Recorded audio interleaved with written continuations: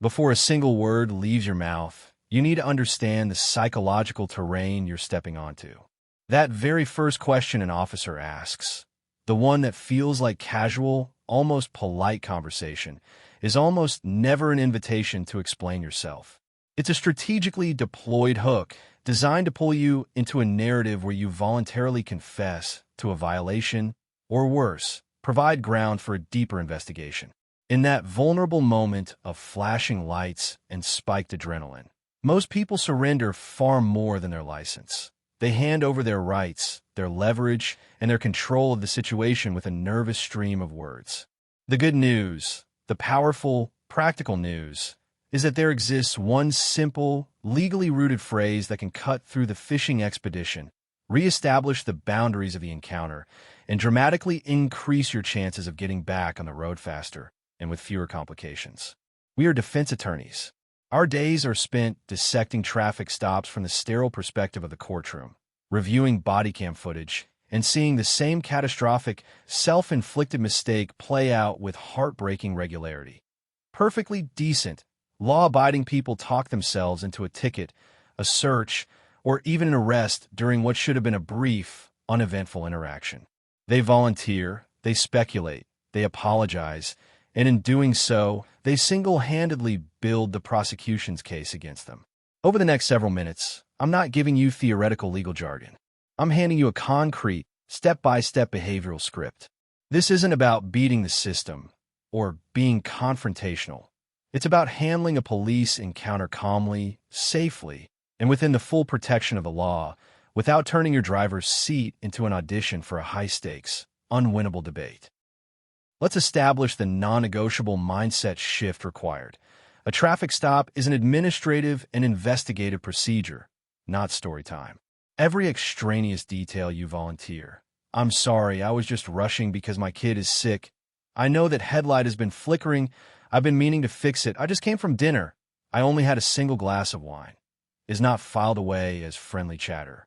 It is documented as potential evidence, as an inconsistency, a display of nervousness, or, most damagingly, a direct admission of guilt. Your polite attempt to be helpful is legally interpreted as you weaving the very net that might ensnare you. Your goal must be surgically precise. Ensure safety, demonstrate politeness, provide only what the law categorically requires, and decisively stop the fishing. Let's break down the playbook from 5 to 1.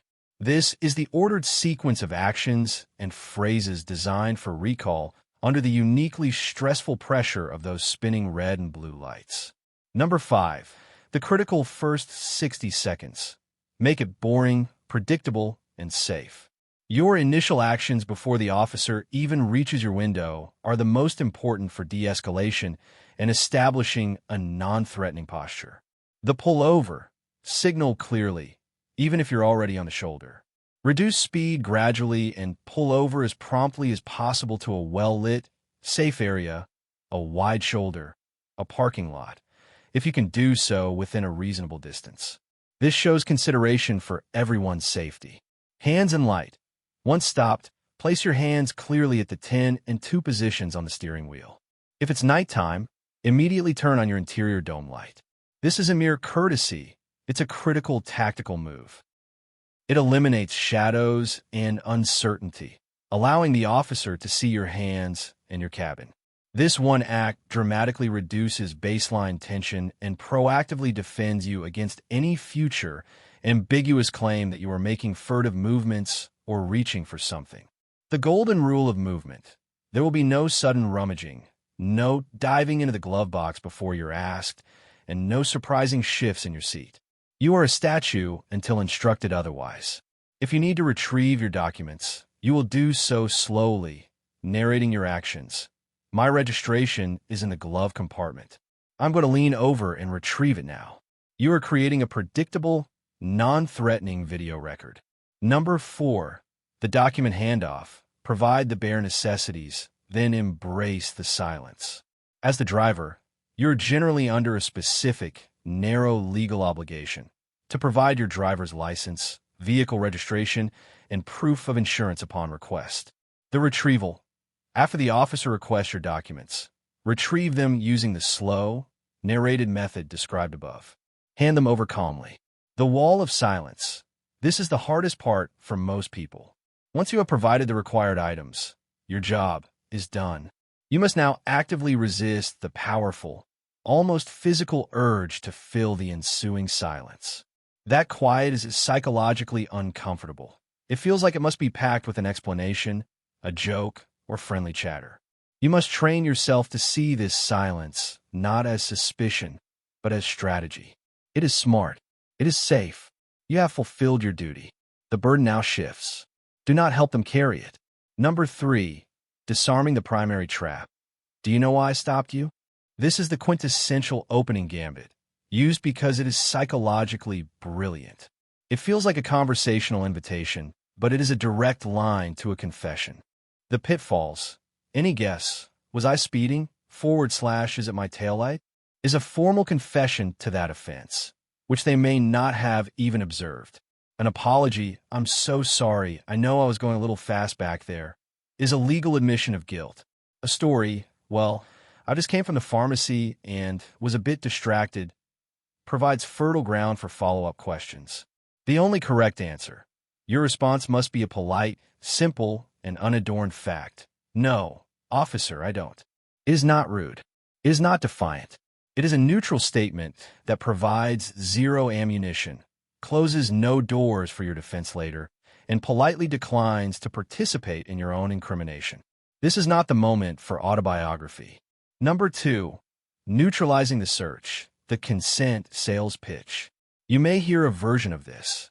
You don't mind if I take a quick look around your car, do you? It'll be fast. If you've got nothing to hide, there shouldn't be a problem. Understanding the ask. This is a persuasive technique, not a statement of legal fact. For a warrantless search to be legal, the officer needs either probable cause, a specific, articulable reason, or your consent. Consent is the easiest, cleanest path for them. Giving it away waives a fundamental Fourth Amendment protection. Your scripted line. Your response must be unambiguous and calm. Officer, I do not consent to any searches. Say clearly. You may need to repeat it. This is not an admission of guilt. It is an invocation of a core constitutional right. You are not arguing the point. You're simply stating your legal position. A lawful search can still proceed if they have probable cause, but you have not made it easy by giving it away for free. Number 1, the clarifying question, am I free to go? This is the keystone phrase, the move that forces the encounter back into its proper legal framework. When to use it. Deploy this question calmly after your documents have been handed back to you, or if the questioning begins to loop or stray far from the original reason for the stop, e.g., where are you coming from? Who are you visiting? Have you had anything to drink tonight? What does? This simple question performs critical legal work. It forces the officer to make a choice, either allow you to leave or explicitly state that you are being detained. If you are being detained, they must, at that point, have a reasonable suspicion that you are involved in a crime, a higher standard than the initial reason for the traffic stop. You're not being belligerent. You are not escalating. You are politely asking for clarity on your legal status, which is your right. The integrated 3-line script for high-stress recall. Here are my license, registration, and proof of insurance. Fulfill legal duty. I'm not answering any questions today. Politely decline interrogation. Am I free to go? Force legal clarity. Practice saying this sequence in a calm, respectful, but firm tone, like a person who knows their rights but isn't looking for a fight. The paramount safety corollary. This script governs your speech. It does not override lawful commands. If an officer issues a lawful order, such as step out of the vehicle or keep your hands where I can see them, you comply immediately and calmly. Physical compliance with orders is non-negotiable for safety. You can and should simultaneously comply with commands while protecting your rights by not consenting to searches and not volunteering information. You gain nothing by transforming a document check into a physical confrontation. The ultimate bottom line. You do not win your rights in a heated debate on the asphalt. You preserve them in that moment through disciplined silence and clear boundaries, so you can assert them effectively later in court with a clean, unincriminating record. You win by being the most calm, boring, and legally precise person that officer meets all day. You win by never giving away what the Constitution already protects for you: your consent and your confession. Laws and procedures can vary significantly by state and jurisdiction.